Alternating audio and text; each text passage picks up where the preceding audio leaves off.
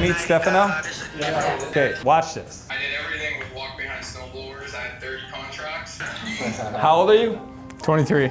23 years old. Yeah, follow Thank the you. stuff. Yeah, Thank clap you. it up, Thank man. you. Thank you. Young people inspiring folks. So I saw that on TikTok like 6 months ago, and I just said, hey, if you ever want to come to Kelowna, let's hang. He showed up.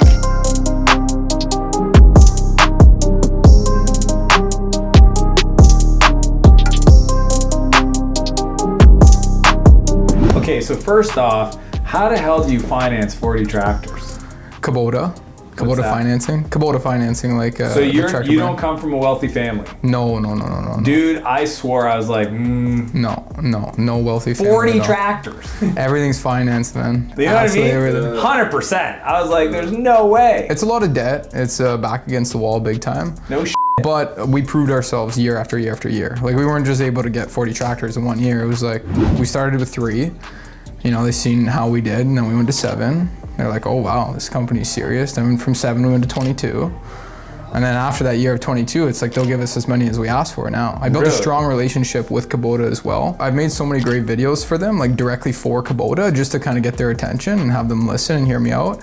And you know, they send me some free merchandise, but like they won't go to the extent of like, you know, ask me to come out, maybe do some speaking, or they won't repost on their social platform. Gosh. They'll never repost. Silly willies. I don't know why. I have no idea why. I put out some great content too for their most popular machine, their L6060 hydrostatic. You've ever used a Kubota machine? No, I would love to. Japanese. Yeah. Really good equipment. I just like anything that's mechanical that could like. Yeah. No, tractors are the most versatile piece of equipment ever. Yeah. Like, you just do so much with them. Let's go. Yeah, they're awesome. Why did you start creating content? Who inspired the content journey?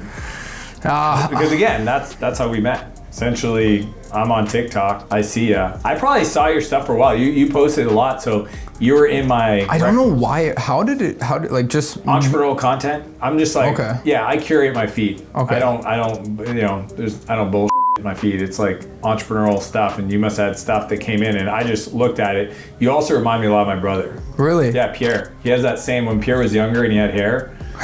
you have that same, like, even, you know, like even skin texture. Like he kind of has that. My brother looks adopted. Pierre. Yeah, Pierre, and he's a home builder, young hustler, same age. He was like 23 when we started.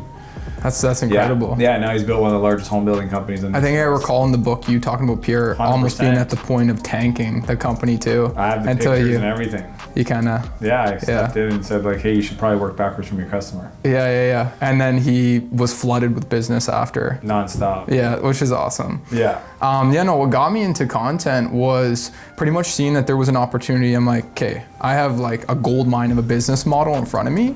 Nobody knows about it, and nobody's taking content about it. Nobody. So I'm like, this is my opportunity. Everybody else is making content, so I started with doing a couple overview videos of like, you know, the tractor rundown, how we use it, and how we modified it to do snow. Who inspired you? Who inspired me? Probably just soaking up Gary Vaynerchuk, okay? He was a big one. He inspired me. He inspired me to start my own business. If it wasn't for Gary, I wouldn't even have started a business. Really? Yeah. Gary, you probably get this all the time, but I just want you to know I'm sitting here with a 23-year-old hustler, okay? Stefano, okay? Narducci. Yeah, Stefano Narducci. He has 40 tractors doing snow removal. He started it 3 years ago. He's 23 years of age, and he puts out content. I saw it on TikTok, and I've always watched you invite people to your office that you see out and about. He came to Kelowna, 2,000 miles away, just to come hang out, and he said that you were one of his big inspirations. I just wanted you to know, you know this, but it's been a while. Hope you're awesome. And that's Stefano, man. That's awesome, dude. Right on the spot, just captured that. That was sweet. I'll just text it over to him. Yeah, send it over to him. It was the yellow book called Crushing It. When I read that, that's what made me start my business. And then that was always in the back of my head, you know, it's kind of scary to get in front of a camera. Like, some people are natural to it, and then sometimes it takes, you know, some working up towards. And I finally said enough's enough. I want to be known for what I'm doing. And I just started making content. I would say Gary Vaynerchuk was the main culprit, and then Alex too. Cause like, was he? Yeah, when I do another video. I've actually DM'd him before. He's answered. Alex, I'm here with Stefano. This kid just told me he's 23, he's got 40 tractors, big snow removal, empire in Canada, because nobody plows their driveways in Canada. He just mentioned that you were a big inspiration in content and creating his business. So I just want you to know, man, as you know, you get people message you every day, and you message him, he replied? Yeah, he's DM'd me back. Yeah, because he's great. He's a great human. Yeah. Anyways, love you, man. Keep shining your light. You're having a big impact on people's lives. Thank you. That's awesome. Just putting the word out for me right now. Thank you. Try to be as humble as I can. Sometimes you get excited though, right? Being young, making money. No, and that's like, the fun part is like, you'll make mistakes, you'll work your way backwards, you'll figure it all out. But I was actually pleasantly surprised to meet our fiance, because having the right woman in your life is probably the most important move ever. Yeah. Well, one of the biggest investments of your entire life. Like if you were single, I would actually be really worried for you. Well, yeah, because you're gonna have a lot of your attention go out the door if you are single, especially at my age, making money. Like I'm not making crazy amounts of money, but it's obviously it is gonna progress for the foregoing years. And then as soon as you kind of get into this, vortex of living the young 20s lifestyle, and I think that having a wife at this age will keep me very grounded and eyes on the prize, right? Yeah. And that's what I want. And I think I did buy back a lot of my time investing into that young so that I could keep growing my business. And I'm happy. I'm more than happy. I feel great. I feel fulfilled. I've been with her for almost 4 years. Dude, being single out there, ready to mingle, Sam, how much time do you, like, it could be 30% of your headspace. 50. Yeah, 100%. Yeah, in a man, just like trying to keep up with the chats and like, what are we doing? And then I've never been on the chase though. I've never done that because I was like extremely fat. So I was just like kind of didn't even bother trying to, go after girls at all. I was just like, never had the confidence, right? Yeah. So I just worked from 19 to where I am now. And then before that was 13 years old to 19 before I started the business working as well. And I never went out there and tried to get girls really ever until I got in a good shape. And that's when I came across Tiara. Yeah. Yeah. Yeah, that's a good move, man. Yeah, she's awesome. She's awesome. Yeah, partner in crime for sure. What's the hardest part about the business now? So you started roofing? No, roofing we actually closed. Okay. Yeah, so summer was always very difficult because I didn't really know what to do in the summer ever. I was like, I need something that really complements the winter business because we're so invested, so debt heavy. It's our bigger business. It's 8 months of the year almost. I was like, we need something better in the summer. Roofing didn't jive with our model. It wasn't a reoccurring service. It's a one-time service. So I need something that was reoccurring that my customers from the winter could use too. So I said, we got to pivot to grass. So lawn is usually what everybody does. Yeah, we cut grass in the summer. Not a highly profitable business, but our season's short. We keep those customers all year round, which is what we want. And then our bigger business is the winter. That's where we go gung-ho. Yeah. Yeah. My buddy Mike does same thing, snow removal and Kelowna plus lawn landscape. We don't do landscaping, no fertilizing, no sod, no nothing. We cut grass. We just cut grass very well though, very efficiently, very effectively, very futuristic, if you will. And it's the same way we provide service in the winter. How did you figure out the software side of it? Because that's a pretty advanced move. The software side of it was already there for the business model, the winter business model called VoloSoft. I know, but you still were smart enough to go get it.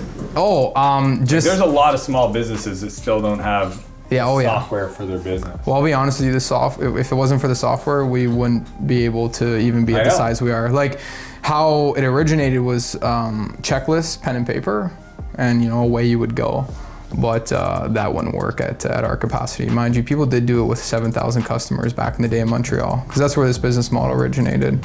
But yeah, I came across the software as soon as I got into the business. It was just there, it was already there, just from networking with people to get started in the model I wanted to. People mentioned that the software was there and you should take advantage of it. So I hopped on it early. I hopped on it before we could actually really even afford it as a company, because I just knew it would make us that much better. So you were creating content from day one? Well, it was just, it wasn't my face behind it. It was just like, hey, this is what I offer with my name on it, etc. Yeah, I guess you could say.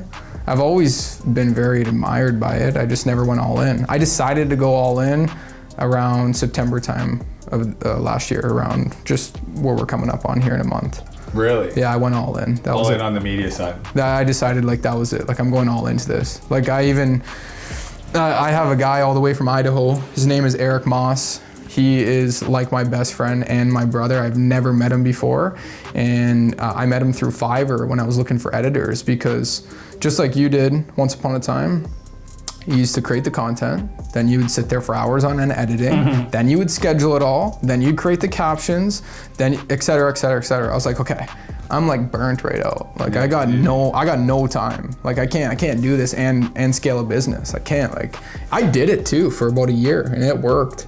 And then that was it. I went on Fiverr. I don't know, Sam, you familiar with Fiverr? There's like freelance people on there you can go find for editing. Yeah. And I came across Eric Maas, and he edited my first video, and I was like, dude, you did such a good job editing that video, and you just gave me so much of my time back. Yeah, man, it's been a great journey so far, to be honest. It's been amazing. Very grateful. Just happy to be healthy too. You know, watching my dad be sick for a long time has definitely stirred me up. So I don't drink, haven't drank in months. Yeah, I keep the macros dialed in, just like you guys do around here. That was like inspiration that you have your whole team doing that. Man, I don't know how. You have a whole macro fridge. I seen it. I got it all on video. I got it all on video. I was filming before you guys got here.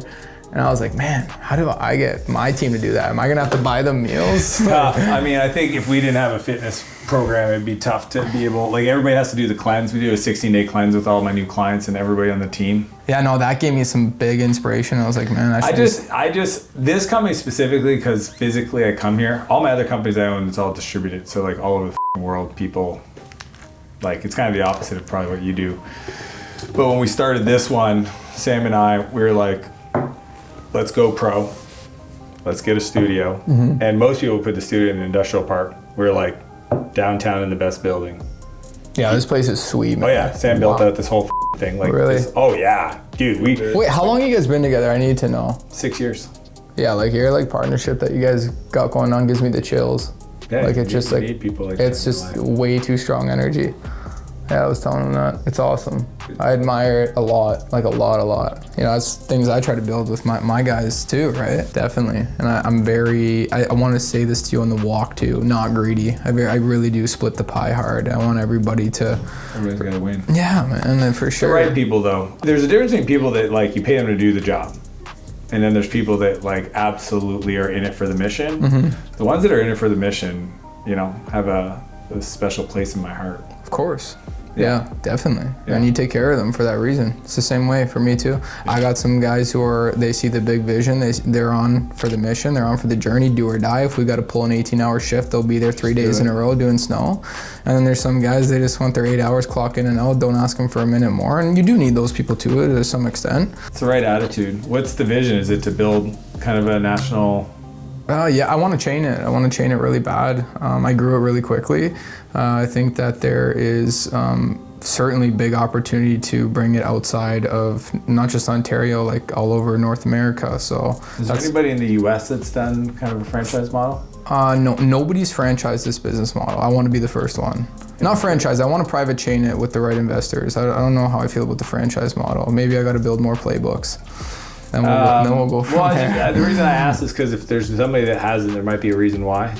Like franchises have, like every business model has a business model for a reason. Yeah. So if you don't see it, it's not that you can't, it's just there might be a reason why. Well, there's people that have done other locations privately, but nobody's done like a full-blown... Yeah, that's what I'm saying. There hasn't in the U.S., like there's no U.S. franchise for snow removal? Not for this niche. Yeah. No. For snow removal, yeah, but not for residential tractor with inverted snowblower niche. Yeah. Like it's very niche down what we do, but it's the future. Like if you've seen the machines, the way they do the driveway. Yeah, I had to say that there was a guy in New Brunswick that did my driveway with the same machine. Yeah. Yeah. It's quick.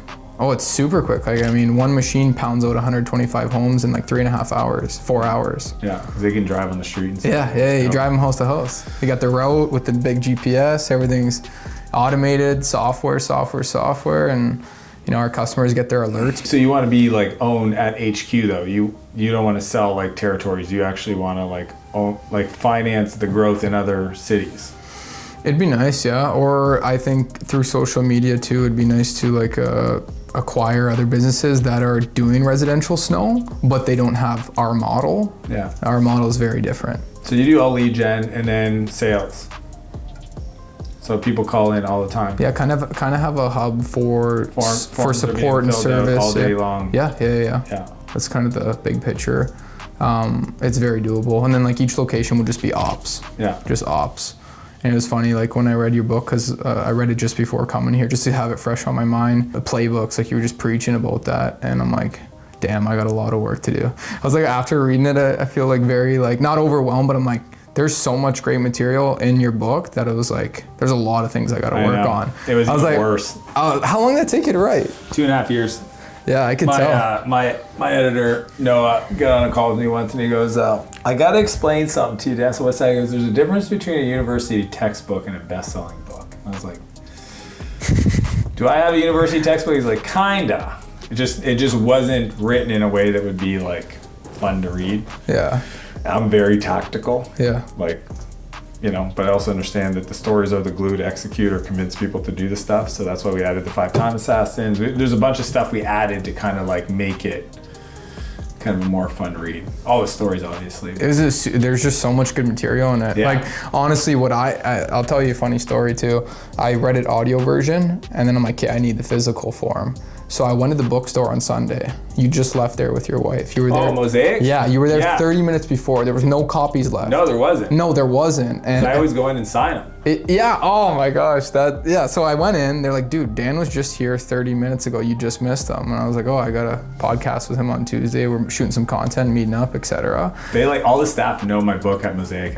Yeah. I come in and they're like, I'm sorry, we sold out. And I'm like, well, don't buy 4 at a time. Yeah, like buy like 10. 20. I don't know. Like I don't want to bring them because you're gonna sell them, but yeah, I come in and sign them as much as I can, and because I always tell people, and then they're like, yeah, they ran out or they won't ship to the U.S. I'm like, I would love for them to have all of my signed copy business. They just got to keep it in stock. Yeah, no, I was like... They didn't have you one? Because she also looked in the computer. She said there was one. Yeah, she's like, we have one left. And she searched. I waited like 20 minutes. She looked everywhere. And she's like, it must have just sold. Did they give you one? Yeah, they just gave me one now. Okay, let me sign for you. Yeah, sign it, please, for sure. It's just outside on the bench there. Yeah. And then, you know what I ended up doing? No. And you're going to think this is even funnier. So I really admired, too, how you read on Kindle a lot. Yeah. And I was like, man, I've never had a Kindle. Never? Never had a Kindle in my life. Kindle's I've always done audiobook. And I was like, you know what? I'm gonna go buy a Kindle if I can't. Is there a pen in there? Probably. I got a pen in my pen bag. I should have just went and looked at other bookstores, but I went and just bought a Kindle because I loved how much you read. Oh, it's already signed. I'll give you a real good one. It's good to go. Yeah, signed. So I ended up buying a Kindle from Best Buy here in Kelowna, and I got it on Kindle. 30th. Just because I couldn't get it in physical form. So now I got 3 copies: audio, Kindle, and the physical, signed by yours truly. Boom. All right, let's go on the scooters. I'll show you guys. Yeah, let's fire up. Let's do it. Guys, what an incredible experience getting to meet Dan Martell live in Kelowna, British Columbia. Honestly, this was something that I will never forget in my early years of becoming an entrepreneur.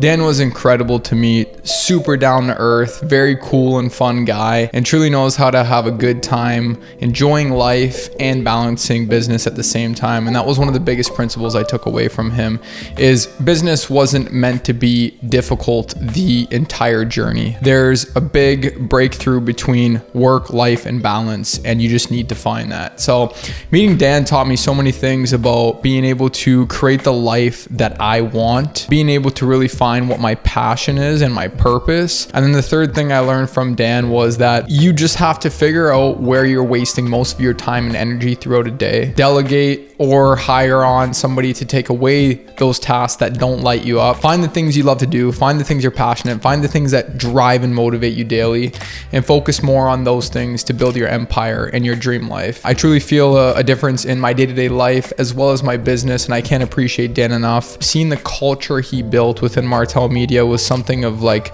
inspiration beyond my belief that I truly would like to replicate in my business as well. Spending my time with Dan was something that I definitely won't forget, and I learned so much great things, and I can't say how much I appreciate him and his entire team. If you guys haven't checked out Dan Martell's book, Buy Back Your Time, please make sure you go check it out. It's truly a very valuable book in today's time. Guys, I appreciate you all watching right now. If there's any other videos you may want to see, ideas that you might have for me that you might want me to unroll on here on YouTube, please let me know in the comment section. And if you pick up his book, also let me know as well. I'm sure he would appreciate it. Thank you all so much. Make sure you subscribe, like the channel, and we will catch you on the next one.